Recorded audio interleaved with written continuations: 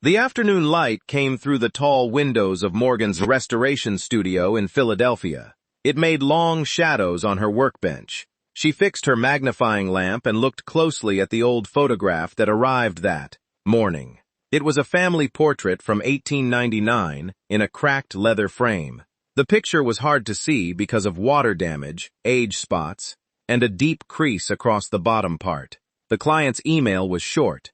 Found this in my grandmother's attic. Family portrait. Would love to see it restored before I pass it down to my daughter. Morgan had restored old photographs for 12 years. She had seen many portraits from around 1900. This one looked simple at first. 4 people stood in the stiff, formal way common in those days. A man and woman stood in the back with serious faces. 2 younger people, probably their grown children, stood on the sides. She took the photograph out of the frame carefully. The edges were brittle, and foxing had damaged parts of the picture. On the back, she could partly read the studio mark, Richardson's Photography, Philadelphia, PA, 1899. She set up her scanner and started the careful process of making a digital copy. She used the highest quality setting because every small detail could matter. When the scan finished, she moved the file to her main screen and opened it in her restoration program. The first step was always to check the damage, mark the problem areas, and plan the work. She zoomed in slowly and looked at every part of the photo. The faces were worn but could be fixed. The background, a painted studio scene of a Victorian room, was faded but okay. Then her eye noticed something in the damaged bottom area where the crease had ruined most. Details. She looked closer at the screen. There was a shape she had first thought was just shadow or damage, but when she changed the contrast a little, the shape looked real. Morgan's heart beat faster. In her years of work, she had learned to pay attention when something in a picture felt wrong.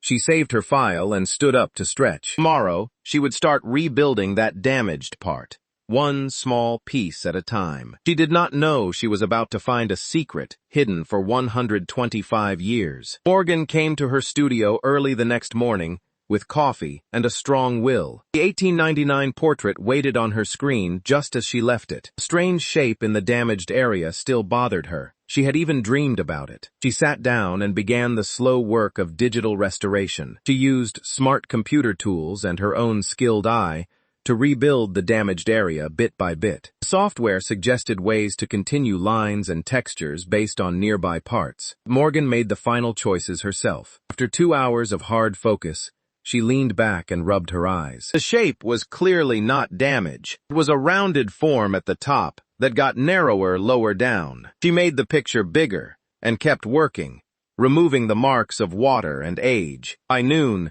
she could see what it was. It was a head. A small head low in the picture, as if the person sat on the floor or a low seat. It was a child. Morgan's heart beat fast. She read the client's email again. It said 4 people. Family records mentioned 4 people. Here, coming out from over a century of hiding, was clearly a 5th person. She worked through lunch, forgetting her sandwich. As she rebuilt more of the image, more details appeared. Small shoulders, a simple dress, and tiny hands folded in a lap. The child looked about 4 or 5 years old. She sat a little in front and to the left of the woman who seemed to be the mother. The position was unusual.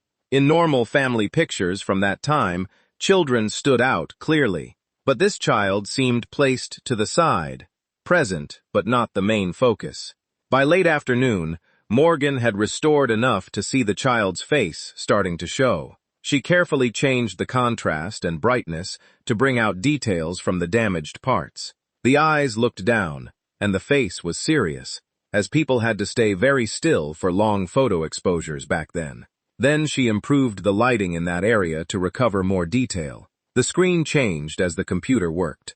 Morgan stopped suddenly. The child's skin tone, now clear in the restored picture, was much lighter than the 4 adults around her. She sat back in her chair, thinking about what this meant. A black family in 1899 Philadelphia, with a white child sitting among them as if she belonged. This was no longer just a restoration job.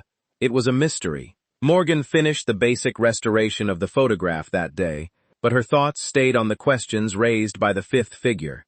By evening, she had a clear picture of all 5 people. The family stood with quiet pride. The parents wore their best clothes with serious, proud looks. The two younger adults looked calm and formal. And at the front sat the small white child, with blonde hair pulled back and pale hands folded neatly. Morgan saved several copies of the file. Then she did something she rarely did before finishing a full restoration. She called the client. "Mrs. Patterson, this is Morgan Chen from the restoration studio. I hope I'm not calling too late." "Not at all, dear," said the warm voice. "Have you had a chance to look at the photograph?" "I have, and I've made good progress. But I need to ask you something. The family in this portrait, what do you know about them?" There was a pause. "Well, those are my great-great-grandparents, Thomas and Ruth, and their children, Samuel and Grace. Why do you ask?" Morgan chose her words with care. "Mrs. Patterson, while restoring the picture, I found there is actually a fifth person. A young child, maybe 4 or 5 years old. She was hidden by damage, but I recovered her. Did you know there was another child in the family?" The silence on the phone lasted so long that Morgan wondered if the call dropped. "A fifth person?" Mrs. Patterson's voice grew quieter. "No, I've never heard anyone mention another child." "Are you sure?" "Absolutely sure. She is sitting at the front of the group," Morgan added gently. "Mrs. Patterson, there is something else. The child appears to be white." Another long pause. "White? But that doesn't make any sense. Thomas and Ruth were black. Their whole family was black. We have records, family Bible entries, everything. There has never been any mention of—" She stopped. "I understand this is a surprise," Morgan said kindly. "But the image is clear. I will send you what I have restored so far. Maybe you can look through your family papers, see if anything explains this." "Yes, Mrs. Patterson said, sounding thoughtful now. "I'll look. My grandmother left boxes of letters and papers. I never went through most of them. Morgan, if what you say is true, this could be important. This could change what we know about our family." After they hung up, Morgan sat in the soft light of her studio, looking at the photograph. 5 faces looked back at her, across more than 100 years. 4 had been remembered and passed down in stories, but 1 had been erased, hidden not just by damage, but by silence and time. 3 days later, Morgan's phone rang at 9 in the morning. It was Mrs. Patterson. Her voice sounded excited, but also confused. "I found something," she said right away. "In my grandmother's papers. Letters from Ruth to her sister in New York, written from 1897 to 1902. Morgan picked up her notebook. "What do they say?" "Most are normal family news, church events, recipes. But there is one from September 1899, just a few months after the photograph. Ruth writes, 'The child is well and growing.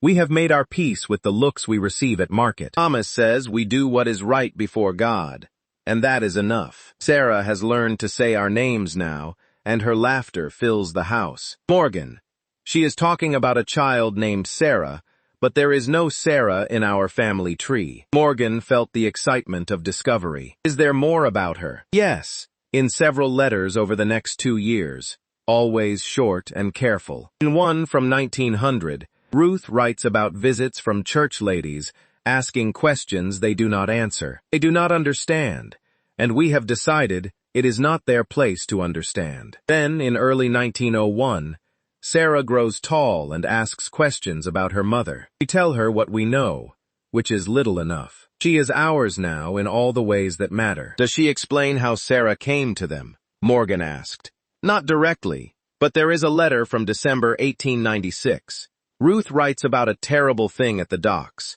A woman fell, and by the time Thomas reached her, she was gone. She had a child with her, barely 2 years old, crying in the cold. No one came to claim her. Thomas brought them both to the church, for the woman had no papers. The child had only the clothes on her back." Morgan pictured the busy Philadelphia dock in 1896. A woman falling, a child left alone, Thomas stepping forward when others did not. Mrs. Patterson said quietly, "In 1896, what would happen if a black man brought a white child home? Nothing good. This was after Reconstruction. during the worst of Jim Crow times. Even in Philadelphia, there were rules. A black family raising a white child. People would think the worst. They could be arrested or lose everything. But they did it anyway. They never told anyone. Mrs. Patterson added, "The letters stop mentioning Sarah after 1902. There is nothing after that. It is like she disappeared from the record." Morgan looked at the restored photograph. "We need to find out what happened to her. If she is in this picture, sitting with them like family, then she mattered. We owe it to Thomas and Ruth to finish their story." Morgan spent the next week deep in old records. She started with the 1900 census for Thomas and Ruth's home in Philadelphia. When she found the entry, she caught her breath. Thomas Parker, age 42, laborer. Ruth Parker, age 38. Samuel and Grace listed. Then, squeezed in the margin in different handwriting. Sarah, age 5, white. Someone had noted her living there. Next, she checked church records at the African Episcopal Church of St. Thomas. The archivist showed her entries. Ruth Parker joined in 1897 with a note about taking in an orphaned child named Sarah.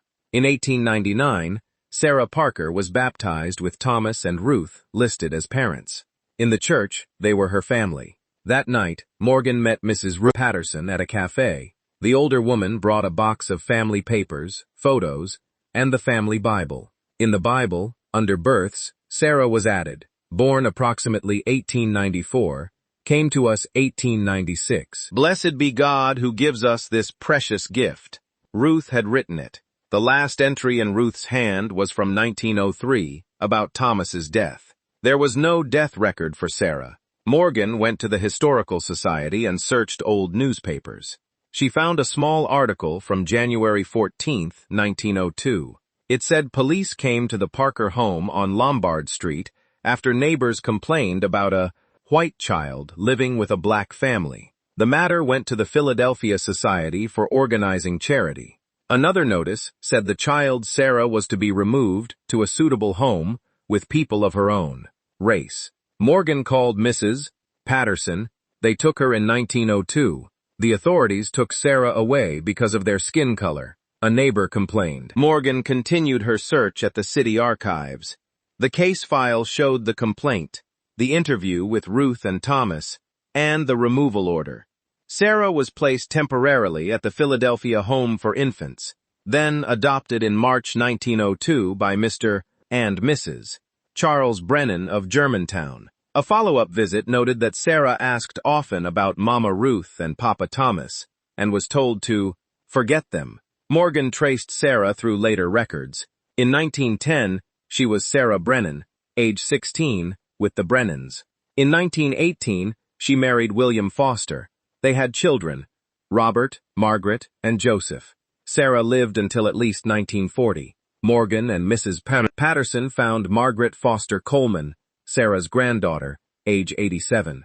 They met in person. Margaret looked at the restored photograph for a long time. She remembered her grandmother Sarah speaking sadly about another mother named Ruth who sang to her and braided her hair. The two families learned they were connected through love and history. 3 months later, they held a ceremony at the church to honor Thomas, Ruth, and Sarah. The restored photograph was shown. Families from both sides embraced. Children played together. The story was shared so it would not be forgotten. The photograph now hangs in homes and at the church, with a note about a family, united by love, separated by injustice, and reunited by memory. Sarah had finally come home in the hearts of those who remembered her.